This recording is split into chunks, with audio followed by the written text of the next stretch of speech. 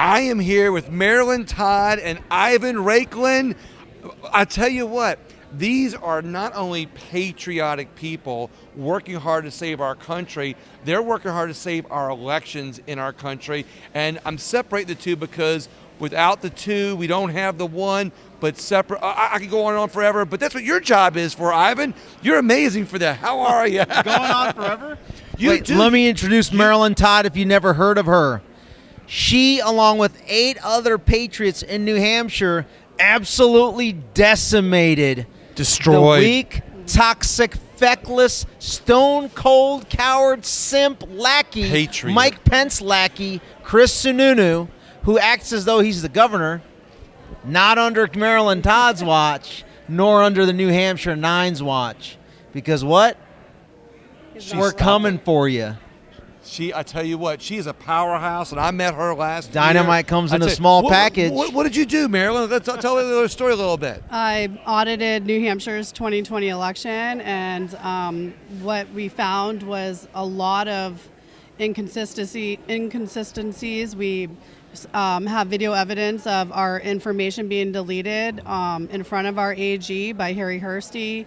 We have proof of a big, huge sham audit. I mean, what we have just keeps going and going. More voters in Windham, New Hampshire. Look at them wearing the pin. You have a New Hampshire pin? Yeah, that's where it all started. We had 500 people wanting a real honest election, and what they basically told us is that we were irrelevant. Who screams the most was irrelevant. It didn't matter what we wanted. They picked 3 people from verified voting. All had conflict of interest. They've all been in the machines before. They literally used LHS's instructions. So that's like me giving the IRS instructions on how to audit me. That's literally what happened. So how did Not you... even lying. So that's... Wait, I have to ask the next question. And that's, okay, you ask the next and question. hold on. Here's the thing, know, is that's all on going... documented evidence. Like, there's camera evidence of LHS's instructions being used to audit their own machines. And when you audit a machine, what do you always go for? You go through the manual. Not even the manual. They used LHS's instructions to audit themselves. So speaking of LHS, Gives me goosebumps. isn't it true?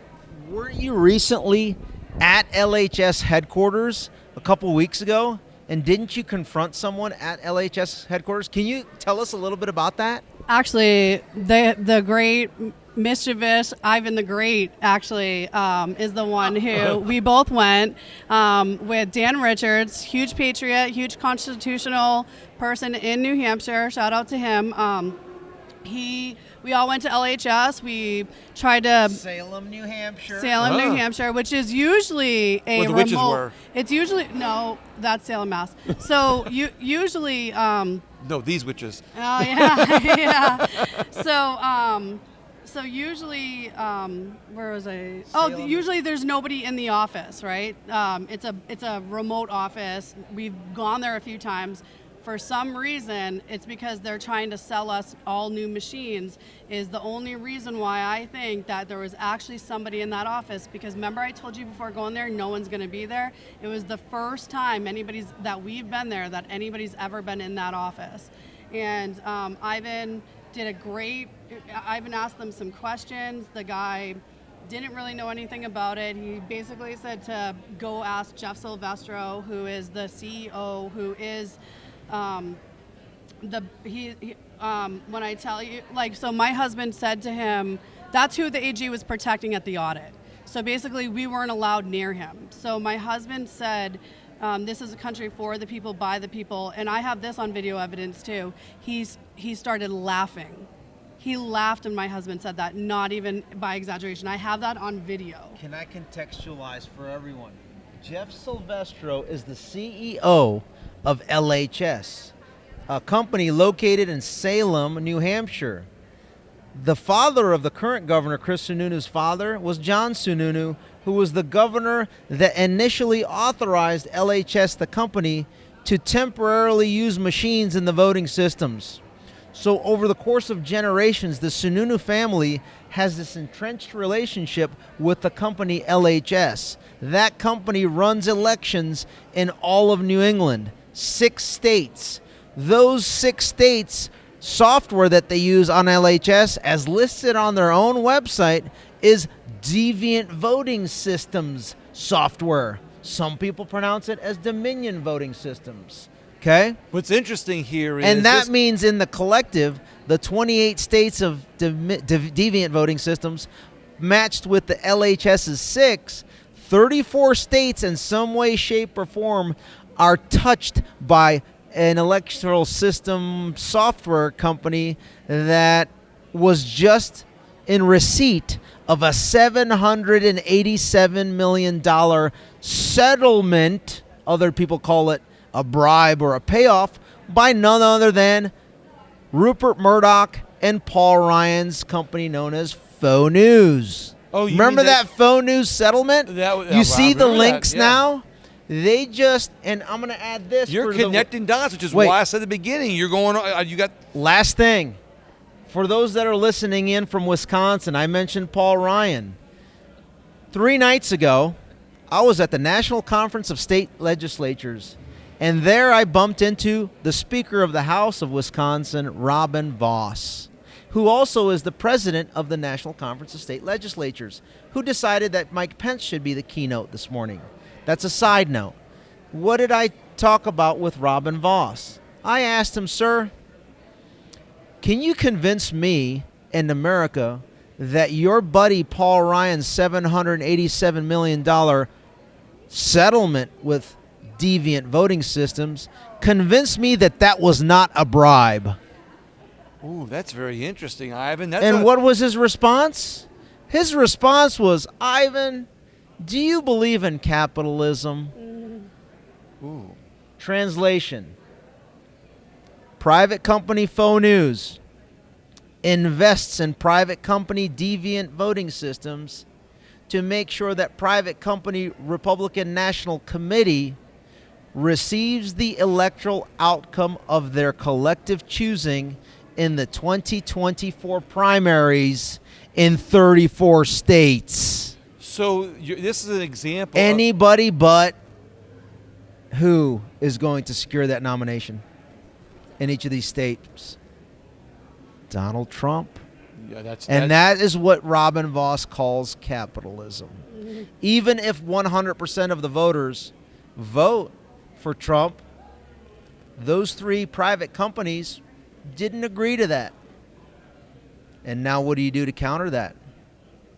Well, as I was trying to say a minute ago, this is a prime example of... You stand up and you get involved and you vote.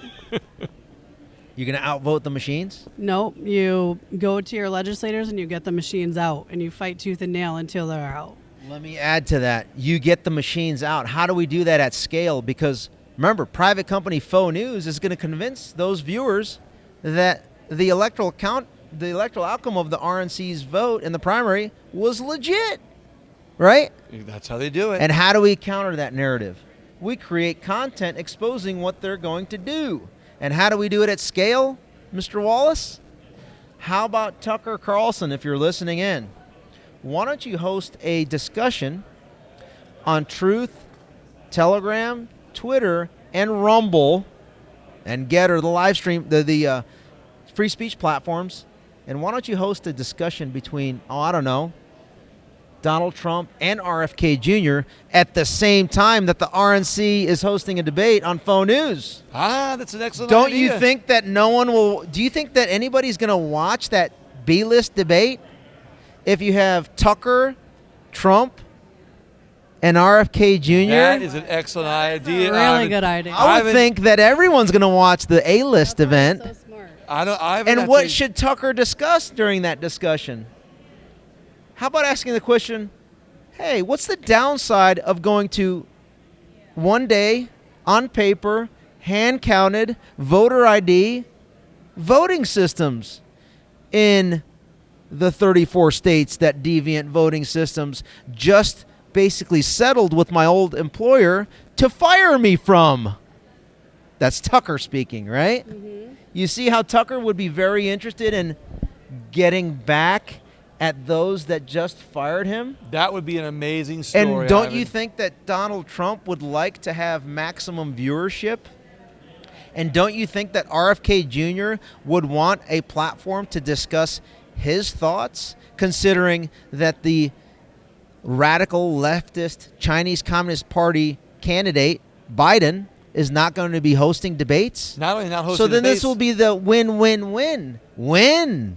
And then another part of the discussion should be, well, what do you think the best mechanism is for America that's listening in, the 100 million, to this broadcast? Why don't you just go ahead and contact your state rep and your state senator and basically apply the maximum lawful, peaceful, patriotic, moral, and ethical pressure to tell them you either go off of the machines and conduct a legitimate election that is commensurate with our interests, not the bots, machines, software, or the three companies that I mentioned interests, but the will of the people. I think we'll be pretty successful in making sure that we bankrupt faux news. We change the laws so that the electoral outcome of the elections is commensurate with the people's will, and we all win. Ivan, this is why I bring you on, because people get informed on a lot of things that they don't hear, and not the mainstream news, but they don't get enough of your information that you've got. And this is how we get more people motivated that aren't aware of what's happening, and how we get them involved to let them know that our elections are at risk. How can we fix them? Information like that shows people. And one more thing. And then we're going to wrap up. Remember, there are going to be multiple debates that the RNC hosts, right? Well, how about we have on one of those debates, at the same time that the B-list debate is going on faux news, we have the A-list debates. Same two individual candidates, but a different host. So let's have Mike Lindell host one of those debates. That would be interesting. Let's have Steve Bannon host another debate. Let's have the Tucker Carlson debate, and let's have Joe Rogan host another debate. And maybe if there's 5, let's just have Elon Musk host that last one. This is a way to get some better questions that are not as political, that are more oriented towards solutions instead of little free speech starts. It takes out the corporate media. I like the free speech. Boom! Ivan, with that, I got to drop the mic even though I don't even have it. And Marilyn, you want to finish up? Well, you don't want to drop the mic because it might break it. Get involved. Get the machines out. Do your part. If we all stand together, then we will win. And that's what it's going to boil down to. Just we the people. No politician's going to save you. Fight for yourself. Fight for your children. And God bless America. I can't say any better than that. I'm dropping the mic.